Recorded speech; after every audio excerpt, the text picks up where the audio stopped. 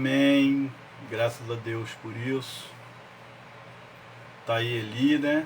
Eli tá presente. Amém, amém. Vocês estão chegando devagarinho. Graças a Deus. Louvado seja o Senhor. Por mais esse tempo, né, de louvor, de adoração, eu agradeço muito a Deus pela vida do Zé, pela vida da Miriam, pela instrumentalidade deles no Senhor, para poder nos abençoar, trazer brilho ao nosso culto com grandes recordações, né? Alguém escreveu lá no comentário que esse hino me traz assim, grandes recordações. Sim, foram canções maravilhosas, um repertório muito gostoso do culto ao Senhor, para a gente celebrar o nome do Senhor. Graças a Deus por isso. Eu quero iniciar com uma voz de oração nesse tempo, basicamente em 3 momentos, né? Eu vou incluir o 4º momento, né, de oração. Primeiro momento, a gente vai agradecer a Deus por esse tempo, orar pela nossa nação, orar por domingo, eleições municipais no Brasil inteiro. São milhares de municípios, né? Que Deus nos dê a sabedoria, que seja um domingo de paz, que a gente possa exercer a nossa cidadania de uma maneira calma, tranquila.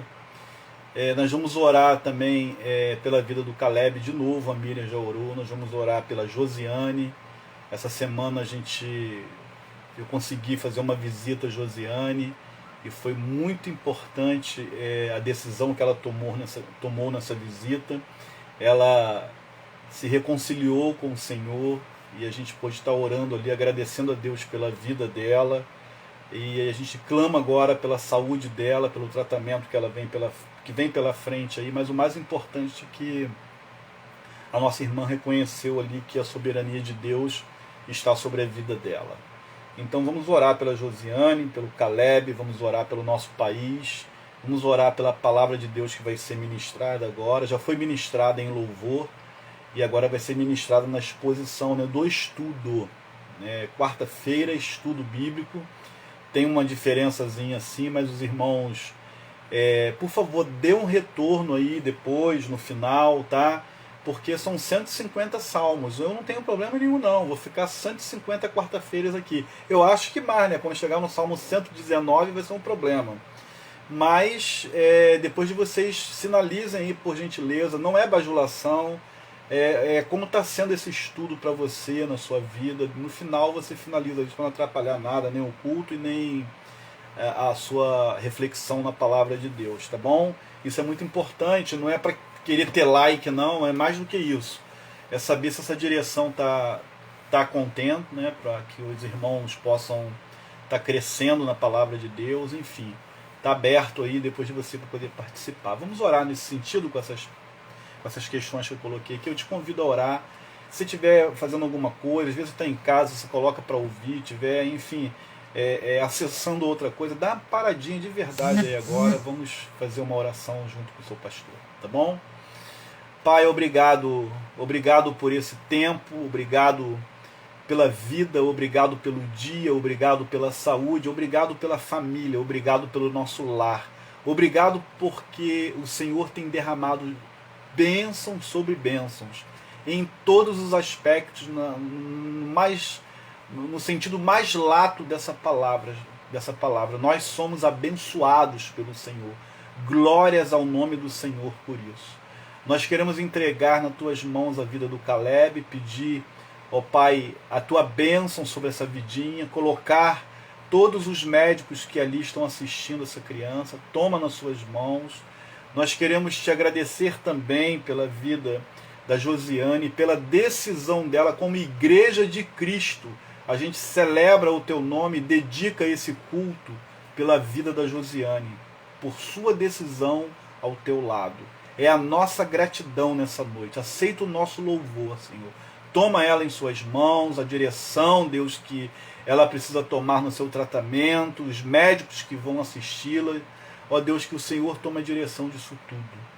Nós também queremos colocar, Senhor Jesus, o domingo que vem nas suas mãos. Não é ansiedade, Deus, é pelo contrário, é pedir o teu governo, é pedir a tua sabedoria, é pedir, ó Pai, expertise nesse momento para que a gente possa, ó Deus, com a nossa própria consciência diante do Senhor, tomar as decisões que vão, ó Pai, direcionar a vida da cidade, Pai. A Tua palavra diz, se a nossa cidade tiver paz, nós também teremos paz. Se a nossa cidade for aflita, nós também somos afligidos, ó Pai. Por isso nós intercedemos pelas cidades, pelos prefeitos, por aqueles que serão confirmados, por outros que serão renovadas, Pai, as prefeituras que serão renovadas. Traga direção para esse povo, traga direção, ó Pai, de liderança, Pai, para os municípios. Levante homens sérios, homens comprometidos, ó Pai, com a verdade, com a coisa pública, como o Pai está na lei. Toma nas suas mãos esse tempo e dê consciência a nós, Pai, eleitores, para cumprirmos o nosso papel de cidadão. Muito obrigado por esse privilégio, Pai, da gente poder expressar isso diante do Senhor. No demais, que o Senhor venha abrir, dilatar o nosso coração, para recebermos a porção da sua palavra, a ministração do Senhor, o entendimento do Senhor, à luz da tua palavra, para que possamos, ó Pai, ter dias melhores conosco mesmo, com o nosso semelhante. Muito obrigado, que o teu Espírito Santo nos ilumine para a glória e para o louvor do teu nome, Jesus. Assim nós oramos. Amém. Amém. Graças a Deus por isso. Estudo bíblico do Salmo 9. Eu estou no Salmo 9, eu vou ler com os irmãos o Salmo 9 logo aqui na introdução, para a gente ler. São 20 versículos. Eu vou ler todo o Salmo 9, tá? Eu estou lendo na versão NVI. Você pode acompanhar aí, por favor. A palavra de Deus diz assim: Senhor, quero dar-te graças de todo o coração e falar de todas as tuas maravilhas. Em ti quero alegrar-me e exultar e cantar louvores ao teu nome, ó Altíssimo. Quando os meus inimigos contigo se defrontam, tropeçam e são destruídos, pois defendestes o meu direito e a minha causa. Em teu trono te assentaste, julgando com justiça. Repreendeste as nações e destruíste os ímpios, para todo sempre apagaste o nome deles. O inimigo foi totalmente arrasado para sempre. Desarraigaste as suas cidades, já não há quem delas se lembre. O Senhor reina para sempre, estabeleceu o seu trono para julgar. Ele mesmo julga o mundo com justiça, governa os povos com retidão. O Senhor é o refúgio para os oprimidos, uma torre segura na hora da adversidade. Os que conhecem o teu nome confiam em ti, pois tu, Senhor, jamais abandonas os que te buscam, diz o verso 10. Cantem louvores ao Senhor, que reina em Sião. Proclamem entre as nações os seus feitos. Aquele que pede contas do sangue derramado não esquece, ele não ignora o clamor dos oprimidos. Misericórdia, Senhor, vê o sofrimento que me causam os que me odeiam, salva-me das portas da morte, para que junto às portas da cidade de Sião eu cante louvores a ti e ali exulte em tua salvação. Caíram as nações na cova que abriram, os seus pés ficaram presos no laço que esconderam. O Senhor é conhecido pela justiça que executa, os ímpios caem em suas próprias armadilhas. Voltem os ímpios ao pó, todas as nações que se esquecem de Deus. Mas os pobres nunca serão esquecidos, nem se frustrará a esperança dos necessitados. Levanta-te, Senhor, não permitas que o mortal triunfe. Julgadas sejam as nações na tua presença. Infunde-lhes terror, Senhor, saibam as nações que não passam de seres humanos. As versões mais antigas, que não passam de mortais. Graças a Deus pela palavra do Senhor lida nesse tempo. O Salmo 9 é basicamente um hino de Davi, né? A maior parte dos salmos pertence ao Davi, ao rei Davi, que destaca o juízo reinado de Deus nesse salmo. O estudo dele revela também que o salmista enxergava o Senhor como um juiz e rei de toda a terra. Então o salmista faz um louvor à soberania de Deus. Enquanto o rei Davi, que escreveu esse salmo, né, no seu título está escrito assim, que é um canto um pouco misterioso, nas versões mais antigas você vai ver isso, na NVI também trata disso, mas o título informa que esse salmo foi escrito por Davi e que deveria ser entregue ao cantor-mor, ou mestre de música. A gente vai ver um pouquinho o que é isso. Então esse salmo, com relação ao Salmo 10, ele tem uma ligação muito grande. Se eu não me engano, na Bíblia Católica Apostólica Romana é o mesmo salmo em ambos, tá? Então é como se eles se complementassem, fosse um salmo só. Mas seja como for, o cantor-mor era um líder de música ou mestre do canto, em algumas versões, nos tempos do Israel do Antigo Testamento, do Israel bíblico ali, né? Isso significa que esse cantor-mor era esse mestre, ou seja, um músico, um diretor, um chefe, alguma coisa assim, um líder de coral que se ocupava de entoar louvores a Deus durante a liturgia hebraica, judaica ali daquele tempo antigo.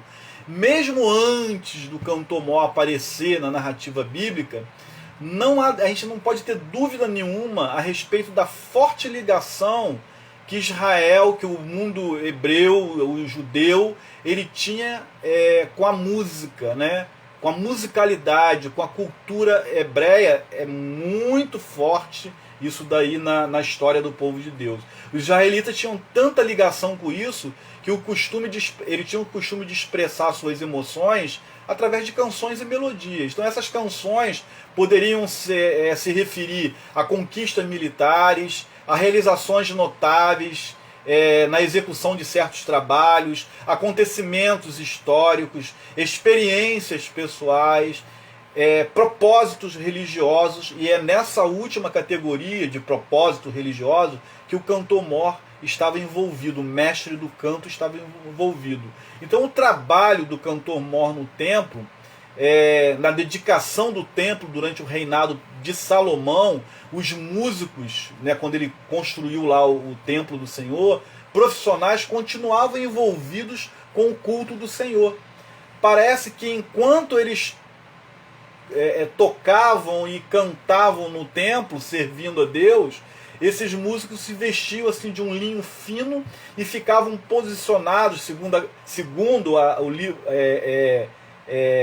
as crônicas, segundo as crônicas 5:12, eles ficaram posicionados ao oriente do altar. Então eles estavam sempre ali, eles eram os dirigentes do coral, o chefe do coral ali, que faziam as adorações diante do altar do Senhor. Então a participação desses levitas, que eles eram levitas e músicos, cantores, no templo continuou durante o restante de toda a monarquia de Israel. Em algumas famílias, por exemplo a de Asaf, parece que esse tipo de ofício era hereditário. Lá em Esdras 2:41 pode te revelar um pouco disso. Isso explica porque muito tempo depois de Davi, por exemplo, o profeta Abacuque registrou uma oração que deveria também chegar ao cantor-mor, ou ao mestre do cântico, de cânticos. Abacuque 3:19 revela isso pra gente, com instrumento de cordas. Então fazia parte aí da cultura dos israelitas, né, da adoração ao Senhor. Esse salmo que a gente leu, o Salmo 9, ele é dividido em duas grandes partes, né? As partes principais que os estudiosos separam ele para a gente poder entender. A primeira parte traz uma série de reflexões que foram um louvor sobre o livramento de Deus. Vai até o verso 12, do 1 ao 12. A segunda parte traz orações que, embora tenham nascido em meio ao sofrimento, apontam para a proteção e justiça de Deus com aqueles que nele confiam, para aqueles que neles confiam, né? Então vamos ver a primeira parte então.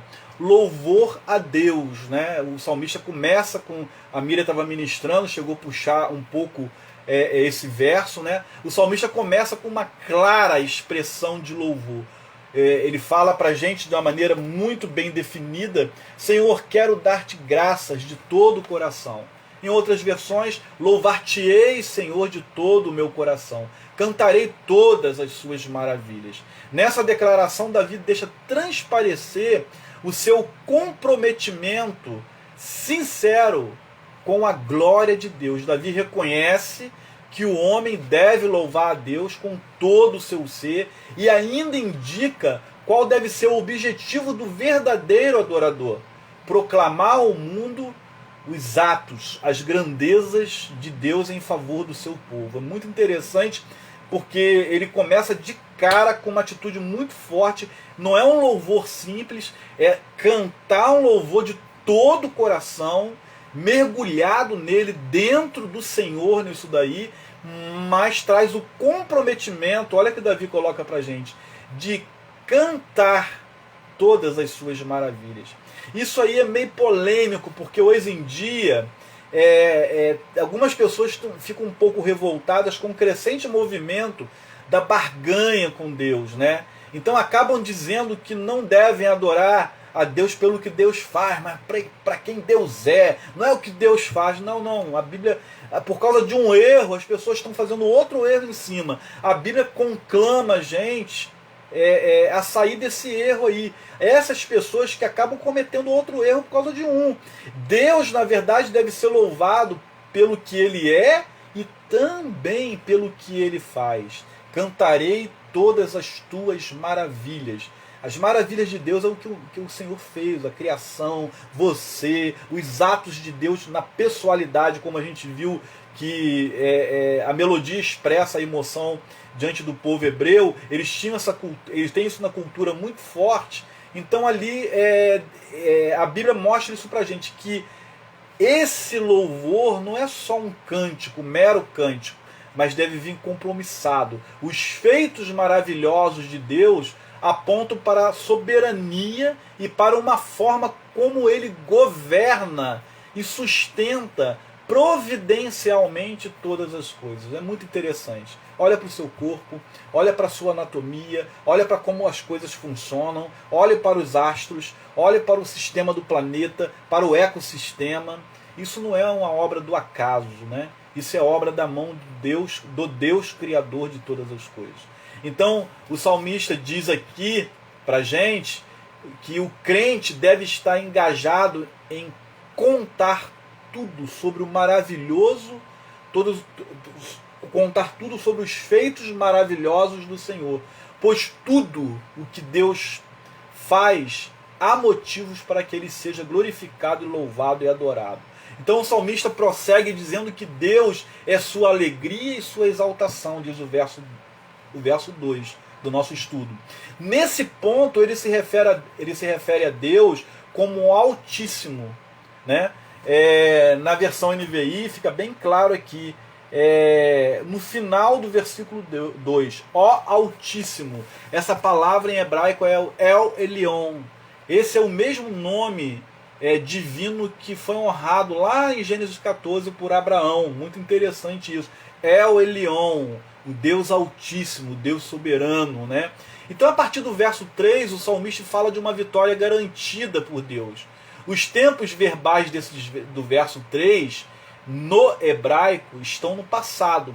Mas a maioria dos estudiosos concordam que eles foram colocados, não descreve, melhor dizendo, os acontecimentos do passado, mas falam da esperança futura do salmista na infalível proteção do Senhor. Ou seja, em outras palavras, quero dizer o seguinte: tamanha era a confiança do salmista em Deus, que ele fala de acontecimentos futuros como já tivesse acontecido.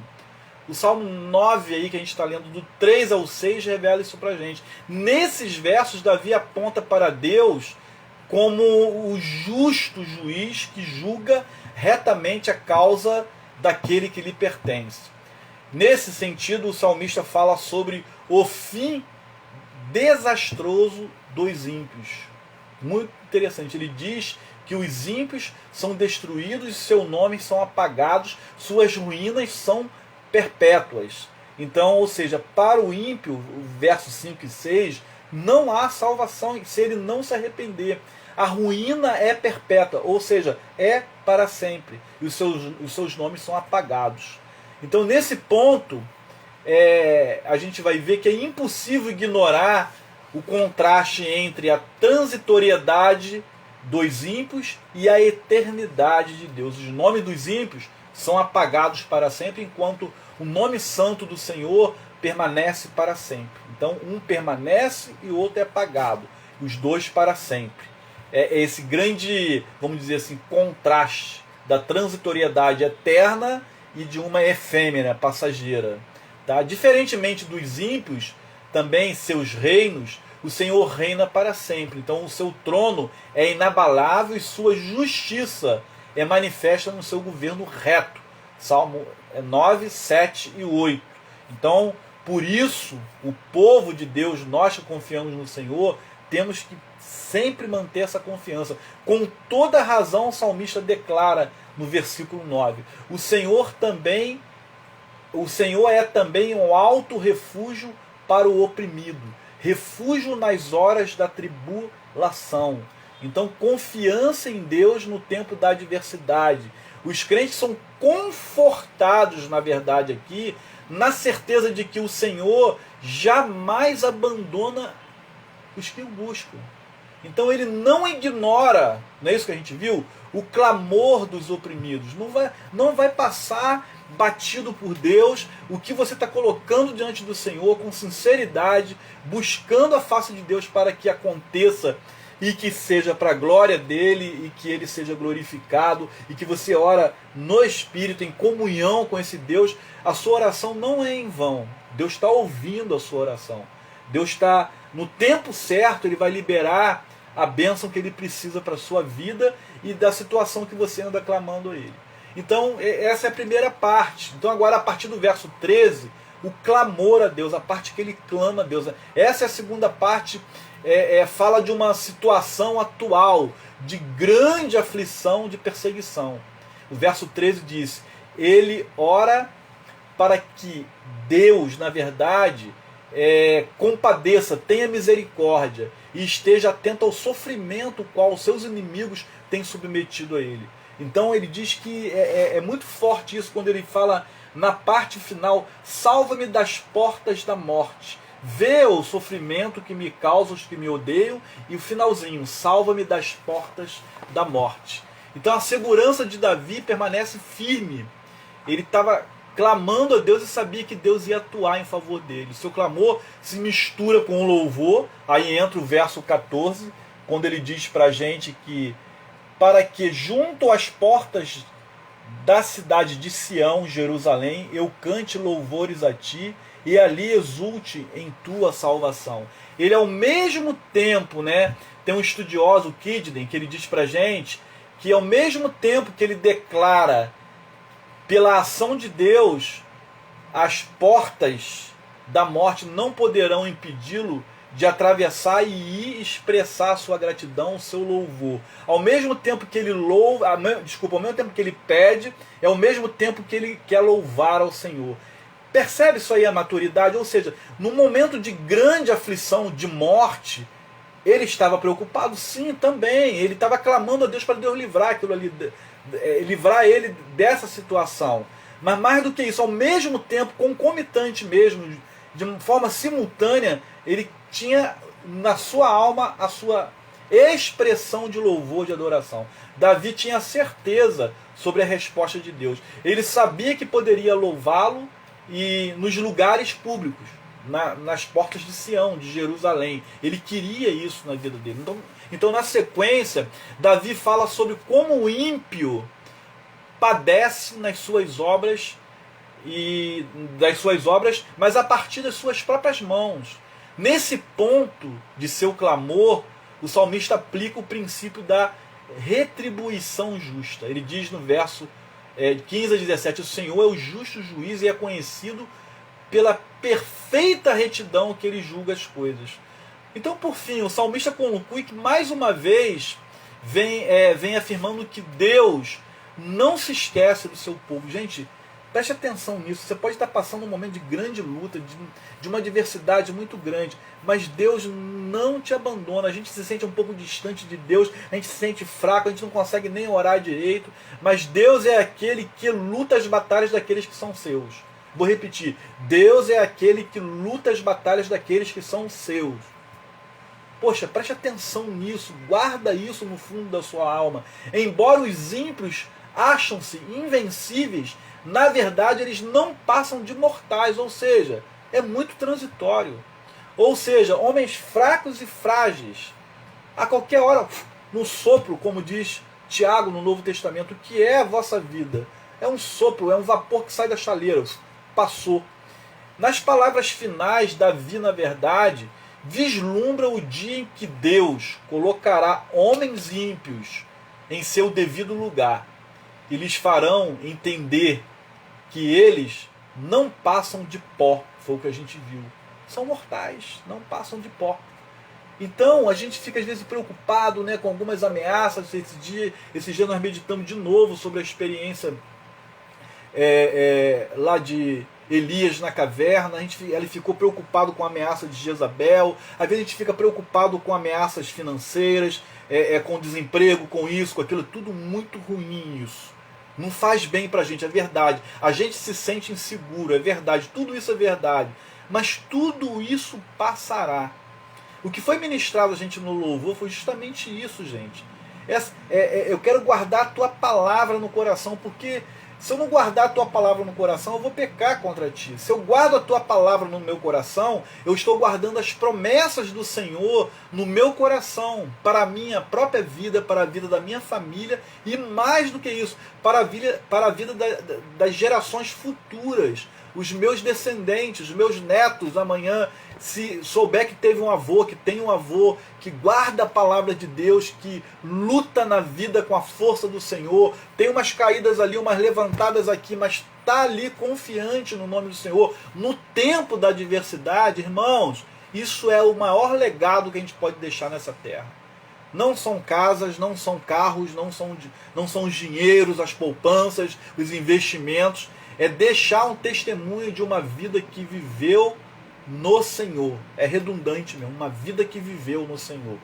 Eu quero repetir isso para você. E isso tem a ver com esse tempo de adversidade em que a gente se sente fraco e que a gente se sente abatido o tempo todo, que parece que o ímpio só está prosperando, que parece que o nosso adversário só está crescendo. Você precisa confiar nessa justiça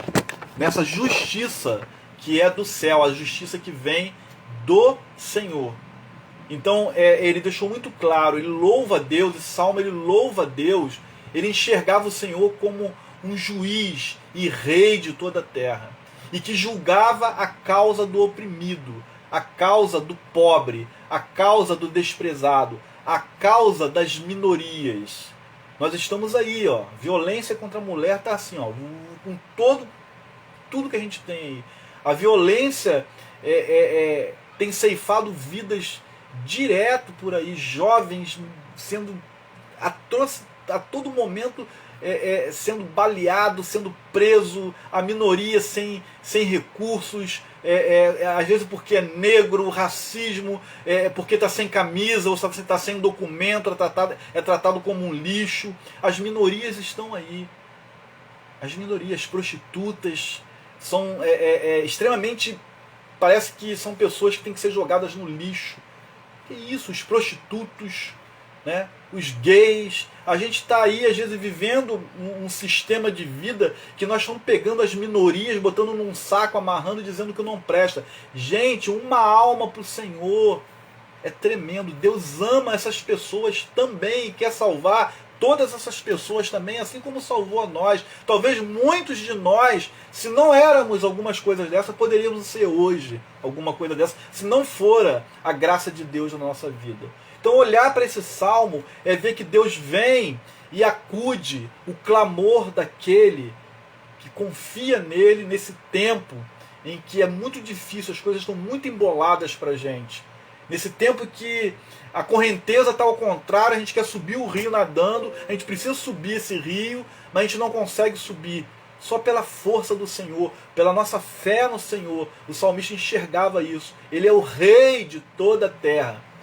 E dou louvor a essa soberania de Deus. Eu quero cantar para as nações as maravilhas, os feitos desse Deus. Eu quero cantar para toda forma de pecador que Deus é o rei, que Ele é o Salvador, que Ele é o dono do mundo, da terra, de tudo que há e dos habitantes que estão nela. Nós vamos chegar lá. Salmo 24 fala sobre isso.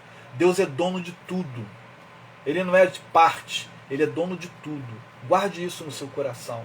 Então Davi escreveu esse salmo com essa proposta de entregar a um mestre, um cantor mor, a um mestre do canto, para que o Senhor fosse celebrado dentro dessa visão da grandiosidade e da justiça desse Deus e a misericórdia que Ele tem de quem clama a Ele.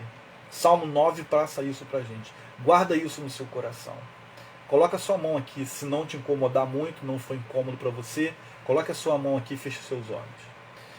Senhor, que a tua maravilhosa graça, que o teu amor bendito, que as consolações do Espírito Santo do Senhor encha esse coração, encha essa mente, encha da sua verdade, encha do louvor, da gratidão, da oração, em saber reconhecer que o Senhor é o Rei, que o Senhor é o dono, que o Senhor deve ser louvado, adorado e bendito eternamente. Abençoe a cada família aqui que me ouve, a cada representante de família. Derrama a tua graça sobre nossas famílias. Proteja os nossos filhos, as nossas filhas, os nossos netos.